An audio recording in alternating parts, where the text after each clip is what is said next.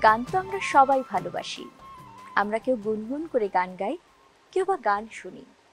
তবে গানের পেছনের যে যাত্রা, যে গল্প, সে গল্প আমরা কজনেই বা জানি। এই গল্পের প্রতিটি মোড়ে থাকেন একজন করে শিল্পী। একজন গানটি লিখেন, একজন তাতে সুর দেন, আর একজন তা কণ্ঠে ধারণ করেন। এখনই পুরো গল্প বলছি না, পুরো গল্প জানতে হলে দেখতে হবে আজকের পুরো আয়োজন। সুপ্রিয় দর্শক, সবাইকে স্বাগত জানাচ্ছি বাংলাদেশ টেলিভিশন চট্টগ্রামের পবিত্র ঈদ উল আজহা উপলক্ষে বিশেষ সঙ্গীতানুষ্ঠান সুর বন্ধনে। আপনাদের সাথে আছি আমি সেজুতি বড়ুয়া।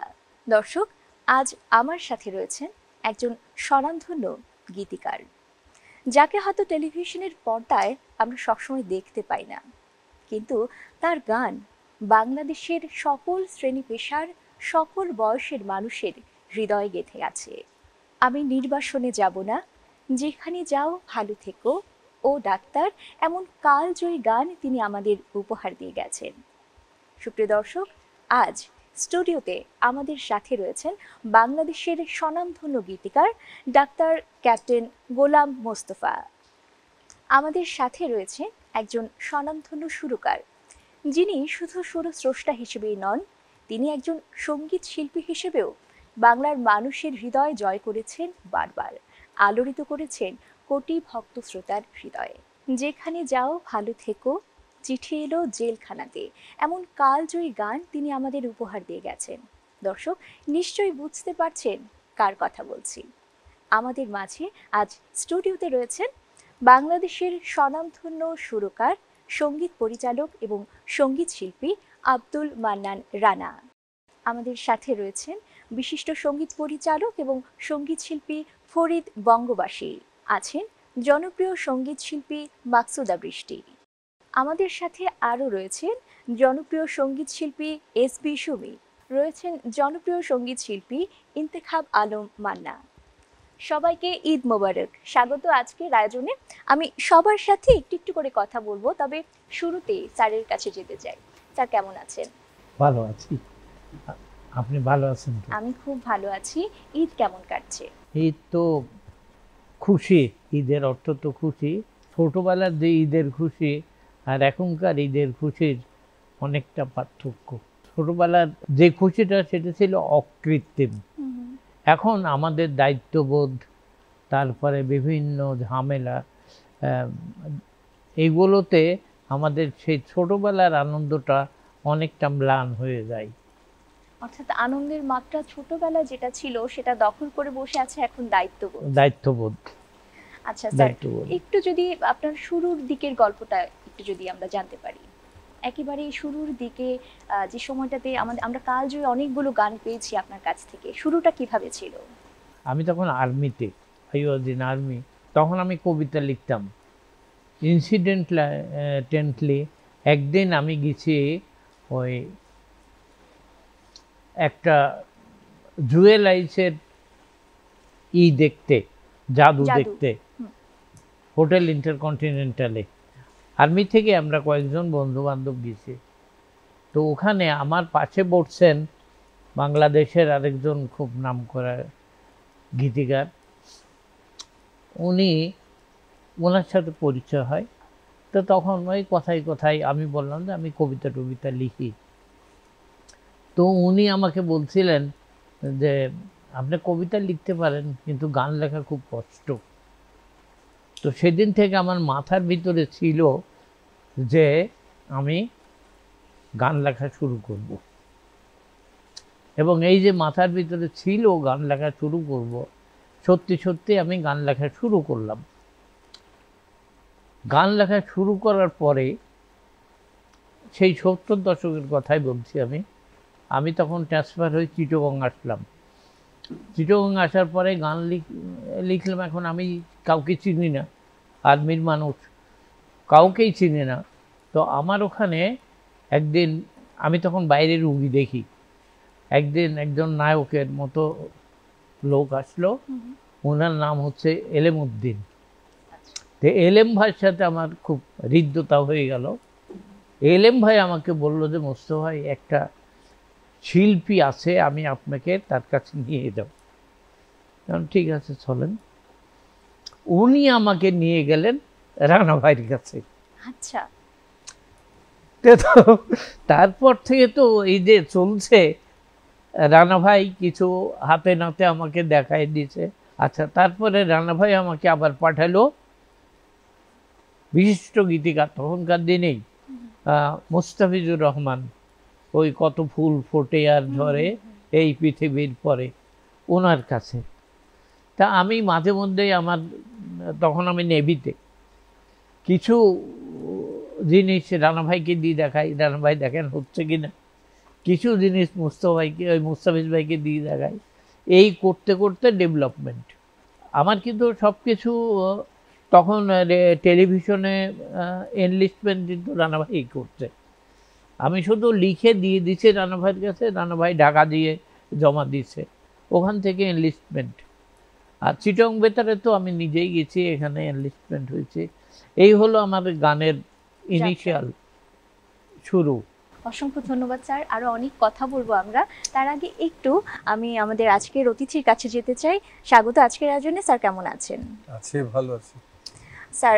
আমি যেমনটি স্যারকে বলছিলাম যে সূচনার কথা, শুরুর দিকের কথা, এবং সেখানে প্রসঙ্গে সবসময় আপনার নাম আসছিল, সেই সময়কার কথা একটু জানতে চাই। সে সময়ের কথা মুস্তাফা ভাইয়ের সাথে, যিনি এখন নেই পৃথিবীতে, এলেমউদ্দিন নামে একজন, হালি শহর, ওনার বাসার কাছেই থাকতো। উনি আমার কাছে একদিন রাত 12টার দিকে আসছে, বা 11টা 12টা হবে এরকম। মুস্তাফা ভাইয়ের তখন সাদা জুতো, সাদা মোজো, সাদা প্যান্ট, সাদা শার্ট, হাতে কতগুলো কাগজ আমার কাছে আনছে। তা আমি দেখলাম যে কাগজের এই মাথা থেকে এই মাথা, মানে গল্প যেরকমভাবে লিখি আমরা পুরো পাতা জুড়ে, ওরকম করে লিখে আনছে। তা আমি প্রথমেই দেখলাম যে লেখাগুলোর মান অনেক উন্নত, কিন্তু গানের দর্শনের ইয়ের মধ্যে পড়ে না, থিওরির মধ্যে, হ্যাঁ থিওরির মধ্যে পড়ে না। তখন আমি ওনাকে 4টা বই দিলাম পাতার উপরে, এদিকে একটা, এদিকে একটা, এদিকে এই ছোট জায়গাটা। আমি ওনাকে বললাম যে মুস্তাফা ভাই, গান লিখলে আপনি এই জায়গার মধ্যে লিখতে হবে, বাইরে লিখতে পারবেন না, তাহলে এটা গান হবে না, এটা কবিতা হয়ে যাবে অথবা গদ্য হবে। তো অনেক কিছু বললাম তাকে, যে অন্তমিল, লাইনের পরে অন্তরার যে ছন্দ, মুখের যে ছন্দ, এগুলোর যে থিওরিগুলো আমরা মানি, ওগুলো আমি ওনাকে বুঝালাম। তো যেহেতু উনি শিক্ষিত মানুষ এবং ডাক্তার মানুষ, তারপরে উনি আর্মিতে ছিলেন, তো ফলে দেখা যাচ্ছে ওনাকে বলার পরদিন থেকেই উনি মোটামুটি লেখা শুরু করছে, এবং প্রতিদিন না হলেও প্রথম দিকে একদিন দুদিন পর পরই উনি 10-12টা করে গান লিখে আনতেন। তো যখন আমি পড়তাম, আমার তখন খুব ভালো লাগতো লেখা, যে এত তাড়াতাড়ি ইমপ্রুভ করছে দেখে আমি উৎসাহিত হলাম যে না, ওনাকে ধরে রাখতে হবে। আর লেখার মানও আমার কাছে খুব পছন্দ হয়েছে, ভালো লেগেছে, যার জন্য আমি ওনাকে ছাড়ি নাই। আর এরপরে দেখা গেল আমার কাছে 2টা গান আসলো, একটা হচ্ছে যেখানে যাও ভালো থেকো, আরেকটা হচ্ছে মাগো আমার মাথা ছুঁয়ে দোয়া করে দে। আমি মাগো আমার মাথা ছুঁয়ে এই গানটি সুর করেছিলাম নিজে, এবং গেয়েছি নিজে। আজকে অনুষ্ঠানে আমাদের জনপ্রিয় শিল্পী মান্না এটা গাইবে। তো তখন আমি যখন ওনার সাথে বসলাম, দেখলাম যে মাগো আমার মাথা ছুঁয়ে গানটা উনিও পছন্দ করছে, রেডিওতে গাইলাম, দেখলাম যে পছন্দ করছে মানুষজন। তখন আমার আরও ভালো লাগা শুরু হলো, এবং সেই ভালো লাগা থেকে আজকে 40 বছর হবে মনে হয় আপনার সাথে আমার পরিচয়। এবং আমাদের পারিবারিক সম্পর্ক এমন হয়েছে যে 40 বছরে ঈদের দিন কোনোদিন মুস্তাফা ভাই আমার বাসায় না খেয়ে দুপুরবেলা কোনো ঈদ করেনি। সম্পর্কটা এই গান থেকে শুরু হতে হতে এক পর্যায়ে এমন হয়েছে এটা পারিবারিক সম্পর্ক হয়ে গেছে এখন, মানে আত্মার আত্মীয়র মতো। মানে কথায় আছে না যে রতনে রতন চেনে, আপনাদের ব্যাপারটা মনে হয় তাই হয়েছে। আমার মনে হয় রতনে রতন চিনে, এটা পুরোপুরি না মানলেও আমি রতন চিনেছি, এটা ঠিক, কিন্তু আমি যে রতন এটা আমার মনে হয় না, আমার তেমন যোগ্যতা নেই। আচ্ছা স্যার, আপনার কথা বলছেন, স্যারের কথা বলছেন, আর গানটির একদম প্রেক্ষাপটটা যদি আমি জানতে চাই স্যারের কাছ থেকে, যে গানটি যখন লিখেছেন তখন আসলে কি ভেবে লিখেছেন, পটভূমি কি ছিল? মা তো সবার প্রিয়, সে আপনি হিন্দু বলেন, মুসলমান বলেন, বৌদ্ধ, ছোট খ্রিস্টান, বাচ্চার থেকে শুরু করে যার কাছেই যাবেন মা সবার কাছে প্রিয়, সমান প্রিয়। হ্যাঁ সমান প্রিয়। তো সেই জন্যই আমার ইটা আসলো যে মা দোয়াটাই হচ্ছে সবচেয়ে বড় জিনিস। তো তা আমি প্রথম কলম ধরলাম ওইভাবে, মাগো আমার মাথা ছুঁয়ে দোয়া করে দে, তোর বুকে মা টেনে আমার আদর করে দে, তোর দোয়াতে যখন আমি অন্ধকারের ভিতর পড়ব, তোর দোয়াই আলো হয়ে আসবে আমার কাছে এবং আমি তখন সেই কষ্ট থেকে মুক্তি পাবো। স্যার, আমরা নিশ্চয়ই পুরনো গল্পে আবারও ফিরে যাব, তবে শুরুতেই আমরা প্রথম গানটি শুনতে চাই। শুরুতে কার গান শুনছি? শুরুতে মোস্তফায়ের একটা নতুন লেখা গান আমি কয়েকদিন আগে শুরু করেছি অনুষ্ঠানের জন্য, মাকসুদা বৃষ্টি, না ওর কণ্ঠে শুনি। আচ্ছা, আপুর কাছে একটু প্রথমে জেনে নিই যে আপু কেমন লাগছে আজকের আয়োজনে। একটি মৌলিক গান আপনি গাইবেন, আমাদের সাথে গীতিকার রয়েছেন, সুরকার রয়েছেন, কেমন লাগছে? আজকে আমি ডক্টর গোলাম মোস্তফা স্যারের কথাই এবং আমাদের চট্টগ্রামের গর্ব আব্দুল মান্নান রানা স্যারের সুরে গানটি গাওয়ার সুযোগ পেয়েছি। স্যারদের কথা এবং সুরে বিভিন্ন শিল্পীরা বিভিন্ন সময় জনপ্রিয় গান গেয়েছে, তাই নিজেকে অনেক ধন্য মনে করছি।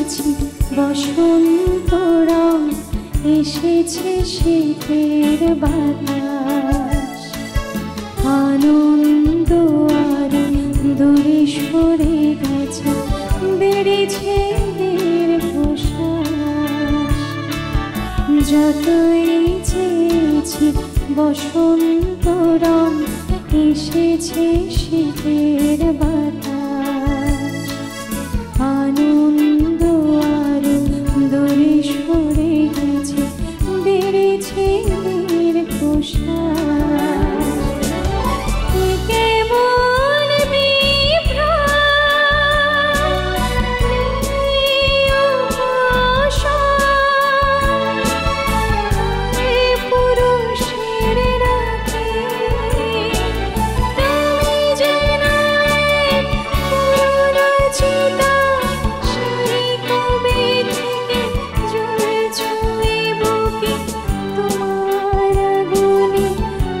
পড়েছি আমি কি মরণ সুখে। তুই যেন এক পুরনো চিতা, সেই কবে থেকে জ্বলছ এ বুকে। তোমার আগুনে পড়েছি আমি কি মরণ সুখে। তোমার আগুনে পড়েছি আমি কি মরণ সুখে। বাহ, কি মিষ্টি একটা গান দিয়ে আমাদের আজকের আয়োজনটি শুরু হলো। অসংখ্য ধন্যবাদ চমৎকার এই গানটি শোনানোর জন্য। আমি এবারে এই গানের যিনি গানটি লিখেছেন তার কাছে একটু জানতে চাই, স্যার গানের প্রেক্ষাপট কি ছিল, কি ভেবে এই গানটি লেখা? গানের প্রেক্ষাপট হচ্ছে সার্বজনীন প্রেক্ষাপট। তার অর্থ হচ্ছে এই প্রত্যেকটা মানুষের জীবনেই কেউ না কেউ আসে, তো তার কিছু স্মৃতি পিছনে রেখে যায়, যে স্মৃতিগুলো মানুষকে কুরে কুরে খায় এবং সারাটা জীবন। সেই রকমই একটা মানুষ, তুমি যেন এক পুরনো চিতা, সেই কবে থেকে জ্বলছ এ বুকে, হ্যাঁ, তোমার আগুনে পুড়ছি আমি কি মরণ সুখে। সুখটা কি মরণ হয় কোনো সময়? হয় না, সুখটা মরণ সুখে হয় না। কিন্তু এখানে কথাটা ওইটাই এসছে যে তোমার স্মৃতি আমি মরণ সুখে পুড়ছি। তো এটাই হচ্ছে প্রত্যেকটা মানুষই কিন্তু এইভাবে পুড়ছে। একদম একদম তাই। সেটা চমৎকার অনুভূতির কথা গানটিতে উঠে এসছে। এই গানটির সুর করেছেন স্যার, আমাকে যদি একটু বলতেন সুরের সময় মাথায় কি এসছিল যে এভাবে সুরটি হলে এটা কি একটু দুঃখ একটা অনুভূতি নিয়ে সুর করব, নাকি একটু আনন্দের অনুভূতি নিয়ে সুরটা হবে, কি মাথায় এসছিল? মাথায় প্রথমে আসছে যে গান সুর করার ক্ষমতা আমার নাই, দক্ষতা নাই ওরকম। আমার সঙ্গীতে লেখাপড়াও খুব কম। তারপরেও আমি খেয়াল করি প্রথমে গান যখন আমার হাতে আসে, অনেকগুলো গান পাঠিয়েছেন ডক্টর গোলাম মোস্তফা, কিন্তু আমি আগে পছন্দ করি যে গানটা আমার ভালো লাগে সেই গানটা নিয়ে আমি সুর করার চেষ্টা করি। এটুকুই হচ্ছে সুর করার মূল মন্ত্র আমার কাছে। গানের কথা ভালো লাগলে ওটা নিয়ে বসি, কথা ভালো না লাগলে আমি গান নিয়ে সুর করতে পারি না, ওই যোগ্যতা নেই। তো এছাড়াও আমি যখন গানটা সুর করি চিন্তা করি যে এটা কি দুঃখের গান না সুখের গান, না হাসির গান নাকি বেদনার গান। এভাবে চিন্তা করে আগে গানের গীতিকার যে চিন্তাটা করছে সেই চিন্তাটা আমার মাথায় নেওয়ার চিন্তা করি, তারপরে আমি গান সুর করার চেষ্টা করি। তো এখন যেটুকু দক্ষতা দিয়ে করা দরকার ওইটুকু দক্ষতা আমার নেই। আমার নির্ভর করতে হয় যন্ত্রীরা যারা আমাদের সাথে আছেন, ওদের সহযোগিতা ছাড়া গান ঠিক সঠিকভাবে দর্শকের সামনে, শ্রোতার সামনে তুলে ধরা অনেক কষ্টকর।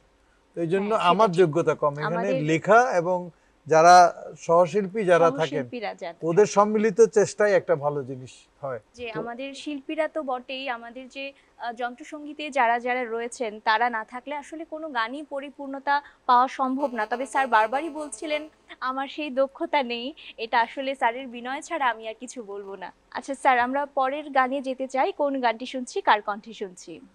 পরের গানটাও এটাও একটা নতুন গান ডাক্তার সাহেবের।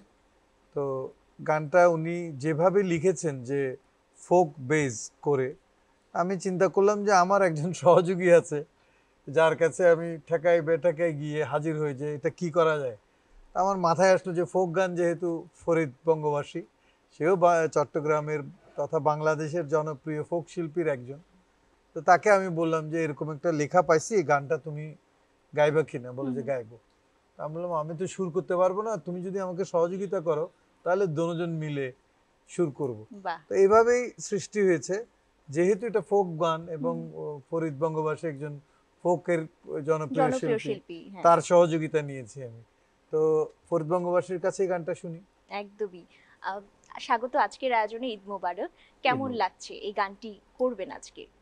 সব মিলিয়ে মানে অনেক ভালো লাগছে। আর রানা ভাই যেটা বললেন যে সহযোগিতা, আসলে সহযোগিতা ছাড়া তো কোনো সৃষ্টিই হয় না। গীতিকার, সুরকার, শিল্পী, তো এবং শিল্পী একটা গান করার সময়ও যে তার একটা নিজস্ব একটা ভাবধারা দিয়ে গানটা করে, সেটাও সুরেরই একটা অংশ। আর সর্বশেষ যেটা হয় সেটা হচ্ছে আসলে পরিবেশনার পরেই বোঝা যায় যে গানটা কেমন। একদমই তাই। তাহলে আমরা গানে চলে যাই। ও তোরে প্রেমের জলে মন ধুয়েছি, গা ধুয়েছি আমি রে।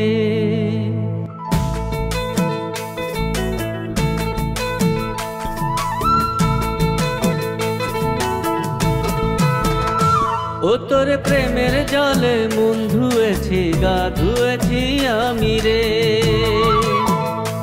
ও তোরে প্রেমের জলে মন ধুয়েছি, গা ধুয়েছি আমি রে। তোরি টানে তোরি ঘ্রাণে, তোরি টানে তোরি ঘ্রাণে, বাউল হয়ে ঘুরি রে, বাউল হয়ে ঘুরি রে। ও তোরে প্রেমের জলে মন ধুয়েছি, গা ধুয়েছি আমি রে।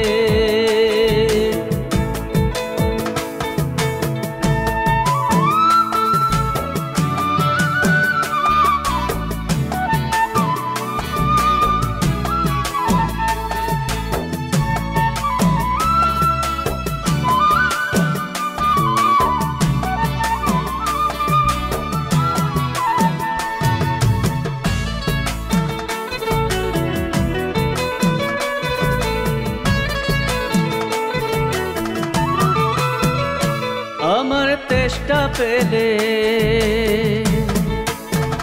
ও আমার তেষ্টা পেলে, স্মৃতির জলে ডুবি রে, ডুবে আমি মরি রে।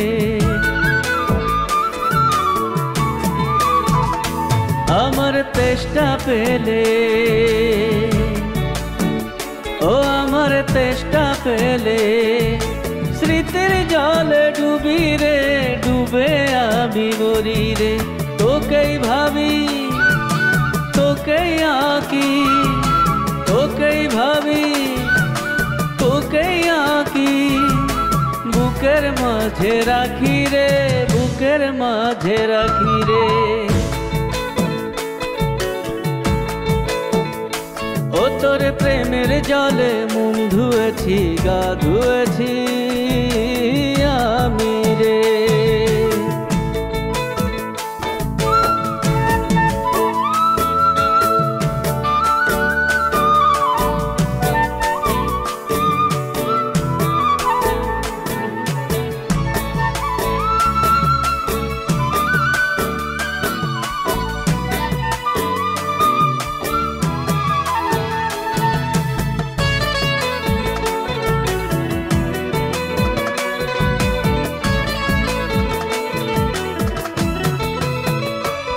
আমার কষ্ট হলে, ও আমার কষ্ট হলে, তোরে ছবি আঁকি রে, তোকেই বসে দেখি রে।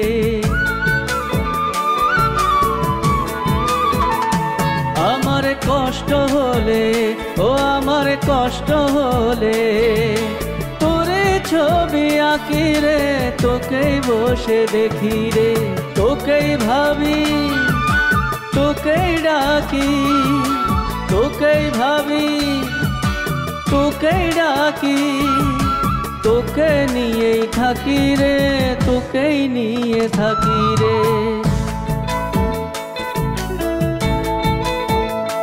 ও তোরে প্রেমের জলে মন ধুয়েছি, গা ধুয়েছি আমি রে। ও তোরে প্রেমের জলে মন ধুয়েছি, গা ধুয়েছি আমি রে। তোরি টানে তোরি ঘ্রাণে, তোরি টানে তোরি ঘ্রাণে, বাউল হয়ে ঘুরি রে, বাউল হয়ে ঘুরি রে। ও তোরে প্রেমের জলে মন ধুয়েছি, গা ধুয়েছি আমি রে। ও তোর প্রেমের জলে মন ধুয়েছি, গা ধুয়েছি আমি রে। ও তোর প্রেমের জলে মন ধুয়েছি, গা ধুয়েছি আমি রে। অসংখ্য ধন্যবাদ চমৎকার গানটির জন্য। এবার গানটির কথা নিয়ে একটু স্যারের কাছে জানতে চাই। এই গানটি তো স্মৃতির কথা এসছে বারবার। এই গানগুলোকে আসলে জীবন থেকে নেয়া নাকি একটু কল্পনা প্রসূত কিছুও থাকে? না, গান তো একটা কাব্য, হ্যাঁ, গীতি কাব্য। এটা কিছুটা জীবন প্রসূত, কিছুটা কল্পনা। দুইটার মেলবন্ধনে একটা গানের সৃষ্টি হয়। একেবারে জীবন থেকে নেওয়া হলে ভুল হবে। সব গান তো হাজার হাজার গান লেখা হচ্ছে, এগুলো তো সব তো আর জীবন থেকে নেওয়া যায় না। কিছু রং, কিছু তুলি, এগুলো না হলে তো একটা গান হয় না। হ্যাঁ, ওনারটা এরকম একটা চরম স্মৃতি, তার চিতার আগুনে পুড়ছি। আর এখানে হচ্ছে উল্টাটা, আমি তাকে নিয়ে ভাবছি চেয়ে আছে, কিন্তু ওরটা হচ্ছে চিতা শেষ, ভেতরে ভেতরে জ্বলছে। হ্যাঁ, ভিতরে ভিতরে জ্বলছে। ধন্যবাদ তবে স্যার। না, এইটার হচ্ছে এই যে দুইটা গানের দেখছেন রানা ভাই যে সুর করছে, এইটা যে কষ্ট সে বুঝছে, সুরের ভিতর দিয়ে চলে সুরের এসেছে। ভেতরে অনুভূতির প্রকাশ। হ্যাঁ, অনুভূতির হয়েছে। প্রকাশ। আর ওনার যে গানটা গেলেন উনি, এটার কিন্তু কষ্ট না, সে ওইটাকে নিয়ে খুব ভালো আছে। তো সুতরাং দুইটাই জীবন্ত, একটা মৃত, একটা জীবন্ত। একদম, ধন্যবাদ স্যার। এরপর স্যার আমরা কোন গানটি শুনছি, কার কণ্ঠে শুনছি? এসবি সুমি, একজন মুক্তিযোদ্ধার মেয়ে। এসবি সুমিকে অনুরোধ করছি গানটি শোনানোর। কেমন লাগছে, অনুভূতির কথা একটু জানতে চাই। অনেক ভালো লাগছে, কারণ ছোটবেলা থেকে রানা ভাইয়ের গান শুনে শুনে বড় হয়েছি। এমনও দিন গিয়েছে যেখানে যাও ভালো থেকো গানটি আমি না গেয়ে থাকিনি, প্রতিদিন আমি গাইতাম গানটি। আমার এত প্রিয় ছিল। গোলাম মোস্তফা ভাইয়ার লেখা, আর গানটি রানা ভাই করেছিল। তো আজকে রানা ভাইয়ার সুরে গোলাম মোস্তফা ভাইয়ার লেখা গানটি করছি, আজকে আমার অনেক ভালো লাগছে। ঠিক আছে, আমরা গানটি শুনি।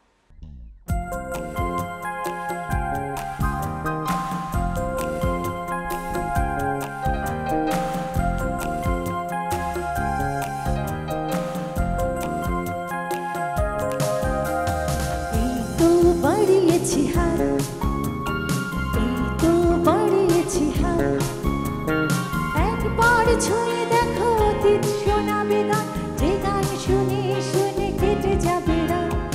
একবার ছুঁয়ে দেখো অতীত শোনাবে গান, যে গান শুনে শুনে কেটে যাবে রাত। এই তো বাড়িয়েছি হাত, এই তো বাড়িয়েছি হাত।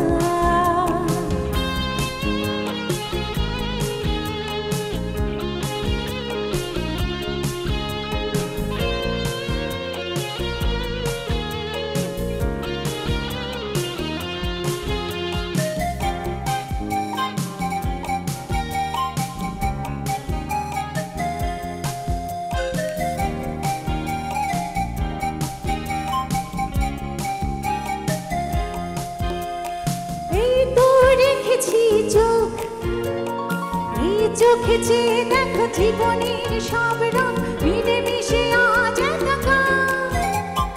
এই তো রেখেছি চোখ, এই চোখে চেয়ে দেখো জীবনের সব রং মিলে মিশে আজ একাকার।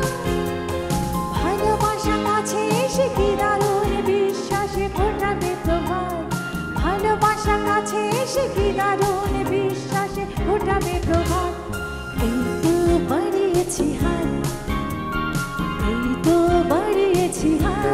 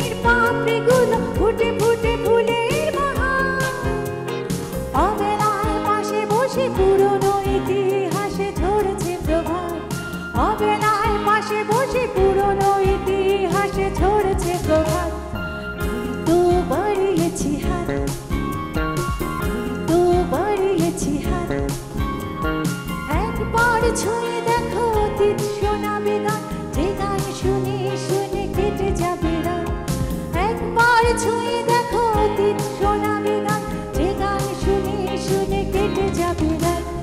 এই তো বাড়িয়েছি হাত, এই তো বাড়িয়েছি হাত। প্রথমে বলছিলাম যে আপনার পুরোনো দিনের কথা আবারও আসবো, আমরা শুনবো।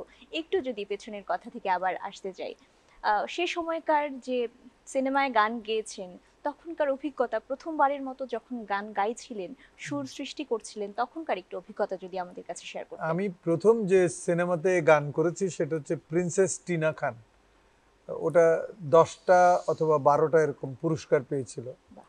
তো ওই ছবিতে আমি এবং খালিদ হাসান মিলু এবং নার্গিস পারভিন, আমরা 3 জনে মিলে একটা গান করেছিলাম। তো সেই তখনকার সময়ে এখনের যে সুবিধা রেকর্ডিংয়ের, ওই সুবিধা ছিল না। তখন আপনার ট্র্যাকে রেকর্ডিং হতো না, ডাইরেক্ট রেকর্ডিং হতো, মানে যন্ত্র বাজছে, আমরা একসাথে গাচ্ছি। আমার মনে আছে আমি 21 বার গানটা গেয়েছি আমরা 3 জনে মিলে। 21 বার গাওয়ার পরেও স্যাটিসফাইড হয় নাই ডাইরেক্টররা, তারপরেও গানটা রাখছে। সবাই বিরক্ত হয়ে যাচ্ছে আস্তে আস্তে। একবার যন্ত্রী ভুল করে, একবার তবলা ভুল করে, একবার একটা না একটা ভুল করছে, করে করে এরকম করে 21 বার রেকর্ডিং, 21 বার গাওয়ার পরে ওকে হয়েছে। তো এখন এটা নেই, এখন কিন্তু ট্র্যাকে গান একটা অক্ষর বাদ দিলে সেটাও পাঞ্চ করে বসানো যায় একই গলায়। শুধু চর্চাটা কমে গেছে। আমরা আগে চর্চা বেশি করতাম, যান্ত্রিক সুবিধা পেতাম না। এখন চর্চা কমে গেছে, যান্ত্রিক সুবিধা বেড়ে গেছে। তো আমার আবেদন থাকবে যারা গান, বর্তমানে যারা গান করছেন, তাদেরকে অনুরোধ রাখবো যে আপনারা যে যাই করেন, গান করেন, লিখেন বা যন্ত্র বাজান, নিয়মিত একটা চর্চার মধ্যে থাকবেন, তাহলেই উৎকর্ষতা বাড়বে। ধন্যবাদ স্যার গুরুত্বপূর্ণ পরামর্শের জন্য। এবং আমার মনে হয় এটি শুধুমাত্র যে সঙ্গীত শিল্পী কিংবা যন্ত্রসঙ্গীত শিল্পীদের জন্য নয়, আমাদের সবার জীবনে আসলে খুব প্রয়োগযোগ্য ব্যাপারটি। আমি একটু স্যারের কাছে শেষ গানটি সম্পর্কে জানতে চাইবো, আমাদের আজকের যিনি গীতিকার রয়েছেন তার কাছে জানতে চাইবো। তবে শেষ গানটি কে গাইছেন একটু যদি। শেষ গানটি গাইবে বর্তমান চট্টগ্রামে যারা আধুনিক গান করে, এদের মধ্যে উল্লেখযোগ্য একটা নাম ইন্তেখাব আলম মান্না, এই গানটি গাইবে। মুস্তফা ভাই সম্পর্কে আমি শেষ একটি কথা বলতে চাই যে আমরা সৌভাগ্যবান, ক্যাপ্টেন গোলাম মুস্তফার মতো গীতিকার আমরা পেয়েছি এই চট্টগ্রামে। চট্টগ্রামবাসী যারা সাংস্কৃতিক জগতে আছে বা শিল্প সাহিত্যের সাথে জড়িত, তারা কিন্তু মুস্তফা ভাইকে নিয়ে গর্ব করে, আমিও করি। এবং আজকে যারা গান করেছি তারা সবাই, আমার বিশ্বাস যে মুস্তফা ভাইকে সবাই রেসপেক্ট করে এবং তার জন্য দোয়া থাকলো যতদিন বেঁচে থাকেন ততদিন যাতে গান লিখে যান, আপনার সাহিত্য চর্চাও যাতে থাকে। তার মানে যেখানেই যাও ভালো থেকো, ভালো থেকো, সুখে না হোক দুঃখে তুমি আমায় দিও। শেষ গান সবচেয়ে মানবাই গাবে। মা। চট্টগ্রামের এমন একটা বিয়ের অনুষ্ঠান ছিল না যে এই গানটা বাজে নেই, এবং বাজি না, ভিডিও করতো না। সব ছেলে ওই বিয়েতে যাওয়ার আগে টোপর পরে মাকে সালাম করে তারপরে এই গানটা বাজতো ব্যাকগ্রাউন্ডে, তখন ব্যাকগ্রাউন্ডে এই গানটা বাজতো। আচ্ছা, তাহলে ভাইয়া গানটিতে চলে যাই।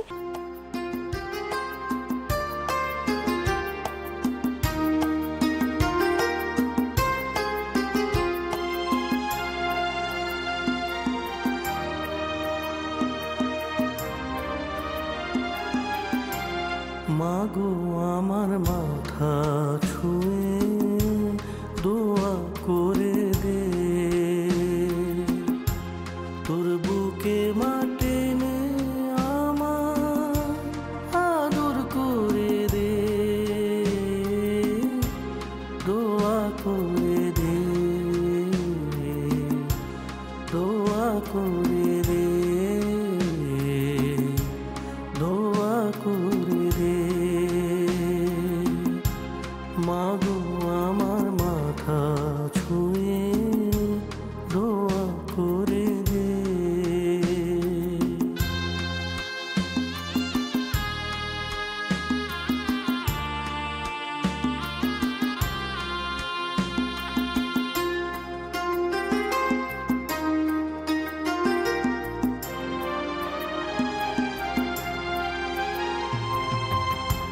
তোর দোয়াতে সারা জানাম সুখ যে আমার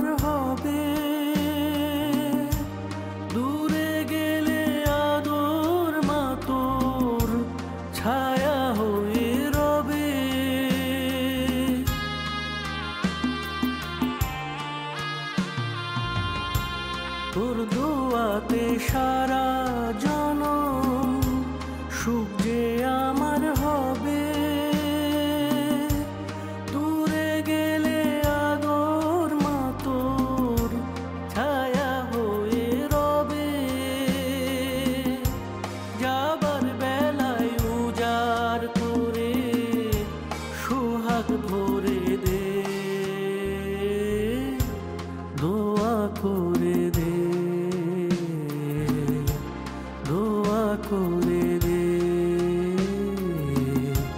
দোয়া করে দে। মাগো আমার মাথা ছুঁয়ে দোয়া করে দে।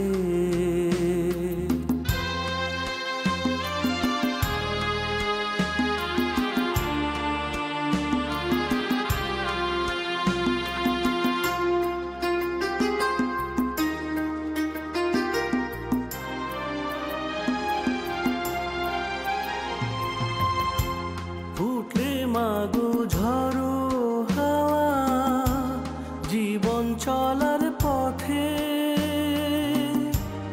আদর মা তোর আনবে বাড়ি মনের প্রভাতে,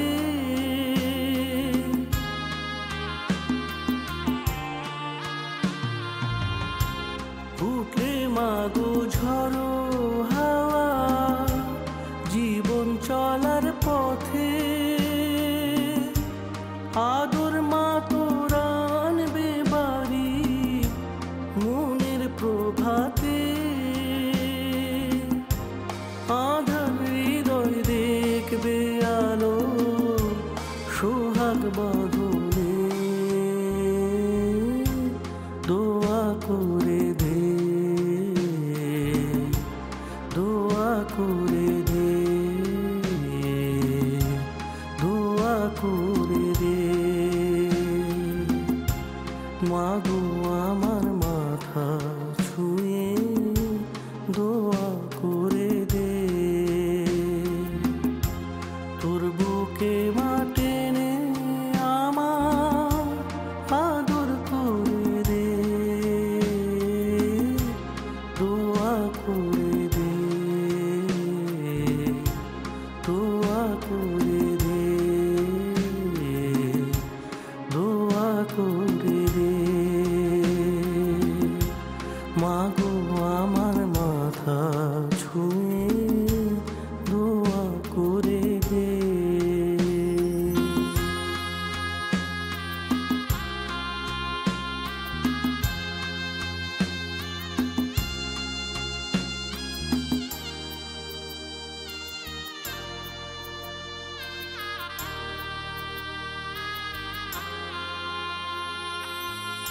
একদম মুগ্ধতা ছড়িয়ে গেল, চমৎকার গাইলেন। ধন্যবাদ। এবং স্যার বলছিলেন যে ভীষণ স্পেশাল ছিল গানটি দুজনের জন্যই।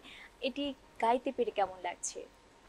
সত্যি কথা বলতে মাকে নিয়ে গান, আমার অনেক সৌভাগ্য যে এরকম একজন গীতিকার, একজন সুরকার, আজকে ওনাদের এই গানটা আমি পরিবেশন করতে পেরেছি।